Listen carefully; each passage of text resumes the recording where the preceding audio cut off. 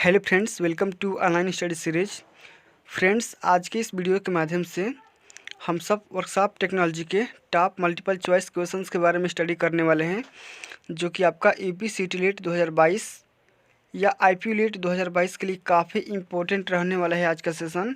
तो जो भी स्टूडेंट यूपी लीट 2022 या फ्यूचर लीट एग्ज़ाम के लिए भी तैयारी कर रहे हैं, वो इस वीडियो को शुरू से अंत तक देखें और अपने दोस्तों में भी फॉरवर्ड करें इस सेशन को, ताकि उनको भी कुछ ना कुछ हेल्प मिल सके इस वीडियो के माध्यम से। तो चलिए इस वीडियो को बिना किसी देरी के स्टार्ट करते हैं। सबसे पहला नंबर क्वेश्चन ये है आपका कि the following materials can be use for making pattern. देखो फ्रेंड्स, इसमें 4 ऑप्शन दिए गए हैं और आपको बताना है कि इनमें कौन सा ऑप्शन है जो कि जिनका यूज हम पैटर्न मेकिंग में करते हैं, ठीक ना। तो देखो, एल्युमिनियम का पैटर्न आप देखे हैं, बहुत सही। वुड का, लकड़ी का भी पैटर्न आप देखे हैं, कोई दिक्कत नहीं। और लेड यानी कि शीशा का भी पैटर्न आप देखे होंगे वर्कशॉप में, ठीक ना। तो चारों के चार ऑप्शन क्या है हमारा सही है। तो following materials can be use for making patterns. तो मेकिंग पैटर्न्स यानी कि पैटर्न को बनाने के लिए या पैटर्न मेकिंग में हम एल्युमिनियम, वुड, लीड तीनों का हम यूज़ करते हैं। सो हमारा ऑप्शन नंबर डी करेक्ट हो जाएगा। देखिए फ्रेंड्स, हम जो भी क्वेश्चन डिस्कस करेंगे वो लीड के पेपर में आए हुए सारे के सारे क्वेश्चंस हैं, प्रीवियस ईयर के पेपर में, ठीक ना। तो वीडियो को अंत तक देखिए बिना स्किप किए हुए। चलिए अगला क्वेश्चन देख लेते हैं कि silk is use for the mould. Silk का यूज हम मोल्ड में किस काम के लिए करते हैं। सिल्क जो ऐसे होता है, कनी टाइप का होती है, ऐसे एक छोटी सी सिल्क होती है, ठीक ना। ये आपका हत्था होता है, हैंडल लगा होता है और इसका ऐसे लगी होती है सिल्क। तो सिल्क का यूज हम किस काम में करते हैं। तो सबसे पहला हमारा काम होता है, जो भी हम गेट बनाते हैं और गेट का जो भी बनाते हैं, गेट जब टूट जाता है तो टूटे हुए गेट को हम रिपेयर करते हैं। तो for repairing we are use to sleek, ठीक ना। हम गेट को, जो टूटे हुए गेट को हम रिपेयरिंग करते हैं, साथ में रिपेयरिंग करने के बाद हम स्लिक के माध्यम से ही गेट का, चाहे जो भी हमारा जो कोर टूटा हुआ है, उसको हम फिनिश भी कर लेते हैं। तो रिपेयरिंग और फिनिशिंग का के लिए हम स्लिक का यूज करते हैं मोल्ड के प्रक्रिया में। तो ऑप्शन ए और बी दोनों करेक्ट हो जाएंगे, ठीक ना। चले आगे बढ़ते हैं। क्वेश्चन नंबर तीसरा क्या बोल रहा है, देखते हैं कि the property of sand due to which is adheres or sticks to the sides of moulding box. देखो, ये क्वेश्चन बोल रहा है कि मोल्डिंग बॉक्स के साइड में, ठीक ना, जो उसकी साइड होती है, उसके जो भी स्टिक्स होते हैं, किस किस प्रॉपर्टी के थ्रू ये बालू की प्रॉपर्टी, कौन सी प्रॉपर्टी होती है, ये बताना है। तो इसका ऑप्शन फर्स्ट करेक्ट हो जाएगा, एडेसिवनेस। क्या हो जाएगा, एडेसिवनेस। चलो आगे बढ़ते हैं क्वेश्चन नंबर चौथा के बारे में। 30 क्वेश्चन को हम इस वीडियो के माध्यम से सॉल्व करने वाले हैं, ठीक ना, टॉप 30 क्वेश्चन को। तो वीडियो को बिना स्किप करते हुए देखिएगा। चलिए आगे बढ़ते हैं। When a moulding box has 3 part, the centre part is known as. देखिए फ्रेंड्स, जब भी हम मोल्डिंग प्रक्रिया करते हैं तो हमारे पास मोल्डिंग बॉक्स के 3 पार्ट होते हैं। एक होता है ऊपर वाला पार्ट, ये एक सेंटर वाला पार्ट और एक नीचे वाला पार्ट, ठीक ना। ये नीचे वाला होता है, ये बॉटम, ये अपर और ये सेंटर वाला। तो देखो, सेंटर वाला पार्ट को हम क्या बोलते हैं, तो चीक बोलते हैं। और ऊपर वाले भाग को हम कोप और नीचे वाले को हम ड्रैग बोलते हैं, ठीक ना। तो कोप, ड्रैग और चीक, तो सेंटर वाले भाग को हम चीक बॉक्स बोलते हैं, ठीक ना। चलिए आगे हम बढ़ते हैं क्वेश्चन नंबर 5 की तरफ, 5वें नंबर क्वेश्चन की तरफ बढ़ते हैं। क्या बोला जा रहा है क्वेश्चन समझते हैं कि the property of sand which provides the flow of steam and other gases through its pore is known as. देखिए, जब भी हम किसी भी बालू की प्रॉपर्टी, वो कौन सी प्रॉपर्टी होती है जो स्टीम को फ्लो करने में सहायता करती है, उसे हम बोलते हैं परमिएबिलिटी। क्या बोलते हैं, परमिएबिलिटी। चलिए अगला number question fill in the blank से क्वेश्चन बोल रहा है कि is the property that allows the sand grains to stick together. इसमें से कौन सी प्रॉपर्टी है जो ये अलाउ करती है बालू के कणों को एक दूसरे को बांधने का, कौन सी प्रॉपर्टी है। देखो, आप सभी जानते हैं कि जो भी आपकी ग्रेन सैंड होती है, चाहे बालू होती है, ठीक ना, चाहे सैंड के जो भी ग्रेन्स होते हैं, कण होते हैं, पार्टिकल्स होते हैं, आपस में चिपके रहते हैं। जब भी हम मोल्डिंग करते हैं तो किस प्रक्रिया के, चाहे किस प्रॉपर्टी के थ्रू एक दूसरे पे चिपके रहते हैं, तो वो प्रॉपर्टी होती है आपकी कोहेसिवनेस। क्या होती है, कोहेसिवनेस होती है, ठीक ना। चलिए अगले नंबर क्वेश्चन की तरफ बढ़ते हैं। क्या बोला जा रहा है question, a taper provided on the pattern for its easy removal from the mould is known as. उसे हम बोलते हैं ड्राफ्ट अलाउंस। देखिए, क्वेश्चन में ये कहा जा रहा है कि जब भी हम मोल्ड की निर्माण करते हैं, ठीक ना, तो उसमें पैटर्न जो भी हमारा होता है, पैटर्न में थोड़ी सी हम अलाउंस देते हैं ताकि हमारा गेट वेट क्या हो, टूटे ना, ठीक ना। तो जो भी हम यहाँ पे अलाउंस दे रहे हैं, या देखिए जो भी हम अलाउंस दे रहे हैं उसको हम क्या बोलते हैं, कौन सा अलाउंस बोलते हैं, तो ड्राफ्ट अलाउंस के नाम से जाना जाता है, ठीक ना। आगे की तरफ बढ़ते हैं। क्वेश्चन नंबर 8वां ये बोल रहा है कि which colour is use to mark on pattern the surface to be machined. कौन से कलर का हम यूज़ करते हैं किसी भी हम सरफेस का, जब भी हम मशीनिंग कर लेते हैं तो after machining we are red colour used, ठीक ना। जब भी अगर कोई भी सरफेस है, कोई भी अगर बॉडीज अगर मशीन कर दी गई है, ठीक ना, तो उसको हम रेड कलर से रंगते हैं। किस कलर से रंगते हैं, रेड कलर से रंग देते हैं ताकि हमको आसानी में समझ में आ जाए किस चीज़ का मशीनिंग कर दिया गया है। एक और मशीनिंग से कलर से क्वेश्चन देख लेते हैं कि which colour is use to mark on pattern the surface to be left on machined. और आप कैसे पहचानेंगे कि ये सरफेस मशीनिंग नहीं किया गया है, तो जब उसको हम ब्लैक कलर से रंग देंगे तो ये हमको पता लग जाएगा कि इसको अभी मशीनिंग करना है, इस पर मशीनिंग प्रोसेस नहीं की गई है, ठीक ना। चलिए आगे की तरफ बढ़ते हैं। A gimlet is a hand tool used for. देखिए फ्रेंड्स, जो भी एक जिमलेट होता है, ठीक ना, एक हैंड टूल होता है जिमलेट, इसका यूज हम किस काम के लिए करते हैं, तो इसका यूज हम करते हैं ड्रिलिंग के लिए, होल बनाने के लिए, ड्रिल करने के लिए, ठीक ना। ये आपका जिमलेट जो भी होता है ड्रिल का काम करता है। चलिए आगे ना, अगला नंबर ये क्वेश्चन बोल रहा है कि green sand is a mixture of. देखिए फ्रेंड्स, बोला जा रहा है क्वेश्चन में ग्रीन सैंड जो होता है किसका किसका मिक्सचर होता है। तो ग्रीन सैंड जब भी हम निर्माण करते हैं तो सबसे पहले हम लेते हैं 70% बालू, ठीक ना, 70% सैंड लेते हैं और 30% आपका लेते हैं क्ले, मिट्टी लेते हैं, और दोनों को मिला करके उचित मात्रा में पानी और मिट्टी और क्ले को आपस में मिक्सचर करते हैं, और जो मिक्सचर हमारा बनता है उसे हम बोलते हैं green sand. Green sand, sand 3-4 type की होती है, ठीक ना, पढ़े होंगे अपने वर्कशॉप में। एक होती है लूम सैंड। आइए लूम सैंड के बारे में बात कर लेते हैं कि लूम सैंड किसका किसका मिक्सचर होता है। तो लूम सैंड उसे बोलेंगे जिसके पास 50% बालू होता है और 50% मिट्टी होता है, ठीक ना। 50% सैंड और 50% क्ले को हम बोलेंगे कौन सा सैंड, तो लूम सैंड बोलेंगे।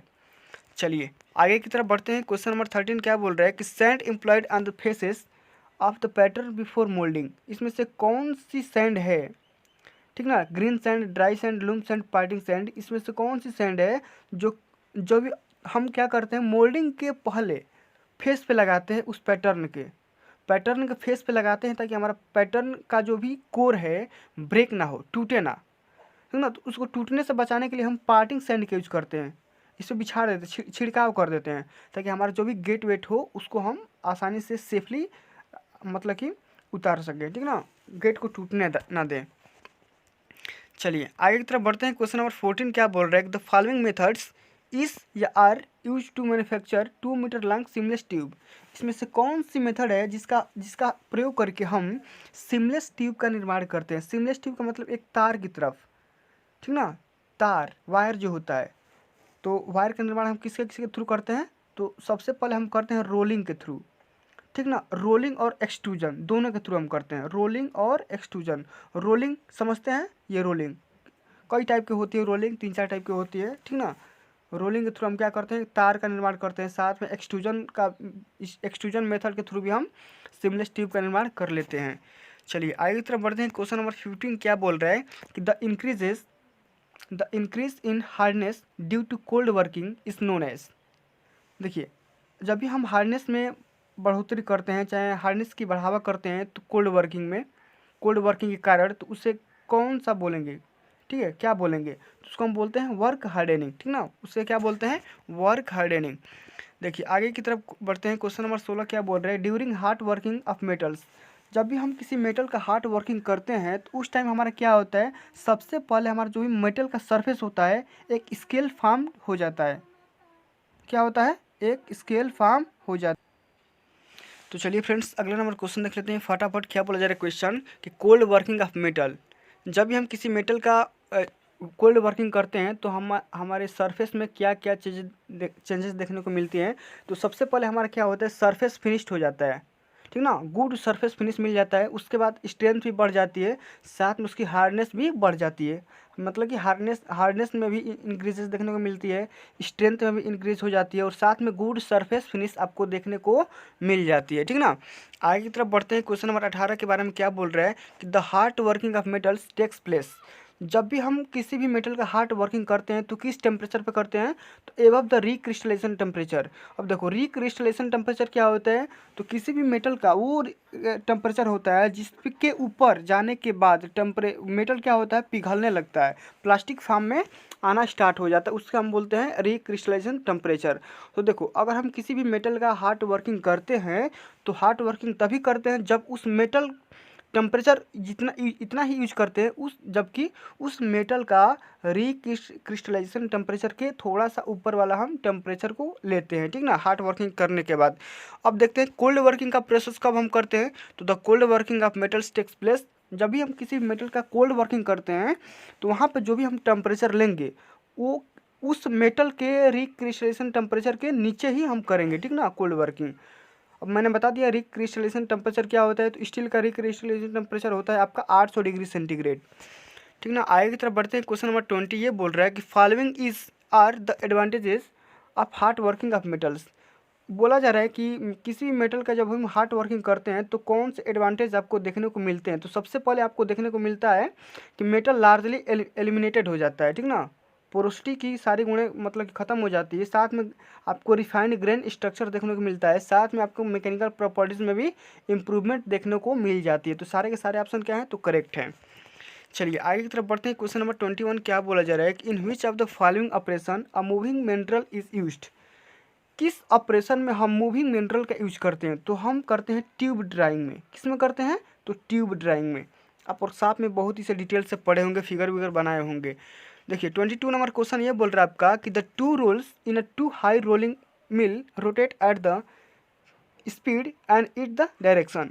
देखो जब भी हम अगर टू रोल की बात करेंगे, ठीक ना, रोलिंग प्रोसेस में, तो जो दोनों रोल होंगे एक दूसरे के अपोजिट होंगे, लेकिन उसकी जो स्पीड होगी सेम स्पीड होगी। क्या होगी, सेम स्पीड होने वाली है।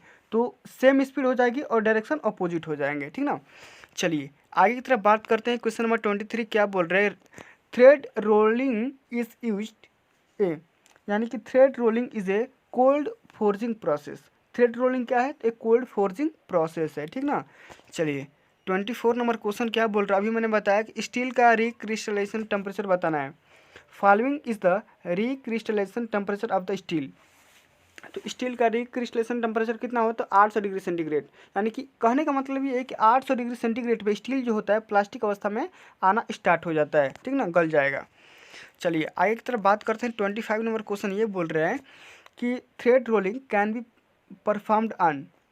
तो जब भी हम किसी भी मटेरियल का थ्रेड रोलिंग करते हैं तो हम किस टाइप के मटेरियल लेंगे, तो जो हमारा मटेरियल होगा वो डक्टाइल मटेरियल होगा। कौन सा मटेरियल होगा, तो डक्टाइल मटेरियल होने वाला है। और डक्टाइल मटेरियल का हम कभी भी थ्रेड रोलिंग कर सकते हैं आसानी से, इजीली।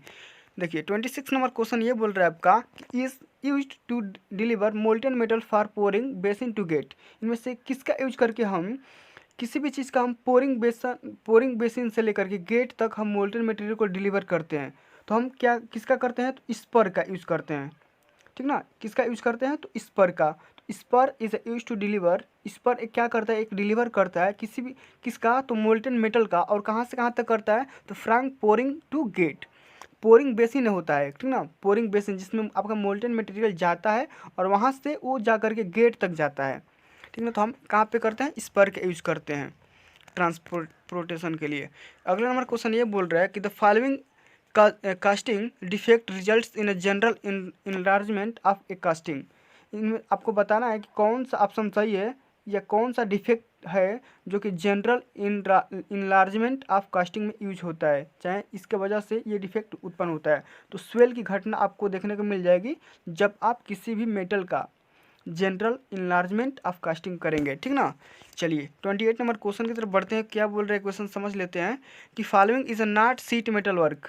इसमें से कौन सा प्रोसेस है, चाहे कौन सा मेथड है जो कि सीट मेटल वर्क नहीं है, तो एक्सट्रूजन। एक्सट्रूजन क्या है, एक सीट मेटल वर्क नहीं है। एक्सट्रूजन जब आप देखो कोलगेट आप देखे होंगे, ठीक ना। कोलगेट में जो भी आप यहाँ से आप फोर्स देते हैं, ठीक ना, यहाँ से आप फोर्स देते हैं तो कोलगेट जो भी आपका होता है ये बाहर निकल जाता है। वो भी क्या होती है, एक्सट्रूजन की प्रोसेस होती है। और ये जो प्रोसेस होती है एक्सट्रूजन वाली प्रोसेस, ये शीट मेटल वर्क नहीं है। बाकी सारी आप देख सकते हैं पियर्सिंग, पंचिंग, ब्लैंकिंग, ये सब क्या है, एक शीट पे की जाती है सारी की प्रोसेस, ठीक ना। सारी की सारी जो भी प्रोसेस हैं, पियर्सिंग, पंचिंग, ब्लैंकिंग, ये सब क्या है, तो शीट मेटल वर्क है। चलिए 29 नंबर क्वेश्चन के बारे में पढ़ लेते हैं। क्या बोला जा रहा है कि the following casting defect occurs due to improper venting of sand. Question में ये कहा जा रहा है कि इनमें से कौन सा डिफेक्ट है जो कि आपका इम्प्रॉपर बेंटिंग, सैंड की इम्प्रॉपर बेंटिंग के कारण उत्पन्न होती है। तो ब्लो होल्स क्या होती है, किसी भी सैंड के इम्प्रॉपर बेंटिंग की वजह से डेवलप होती है। और इस सेशन का, इस वीडियो का सबसे अंतिम नंबर क्वेश्चन की तरफ बढ़ते हैं। क्या बोला जा रहा है कि acts as a reservoir for a molten metal. तो अभी मैंने बताया कि जो भी आपकी पोरिंग बेसिन होती है वो क्या होती है, एक रिजर्वायर के थ्रू काम करती है, ठीक ना। रिजर्वायर कहने का मतलब ये है कि जो भी आप मोल्टेन मेटल को डालेंगे, ठीक ना, ये क्या करेगा, अपने पोरिंग बेसिन में इस पूरा इसमें क्या कर देगा, एकत्र कर लेगा पूरे मोल्टेन मेटल को, ठीक ना। उसे हम क्या बोलते हैं, एक रिजर्वायर बोलते हैं। जैसे आप यहाँ से डालेंगे किसी भी मोल्टेन मेटल को, तो क्या करेगा, इसी पोरिंग बेसिन में आकर के इकट्ठा हो जाएगा और यहाँ से क्या करेगा, गेट के थ्रू जाना स्टार्ट हो जाएगा। तो फ्रेंड्स आज के लिए बस इतना ही, मिलते हैं अगली वीडियो में। तब तक के लिए जय हिंद, जय भारत, वंदे मातरम।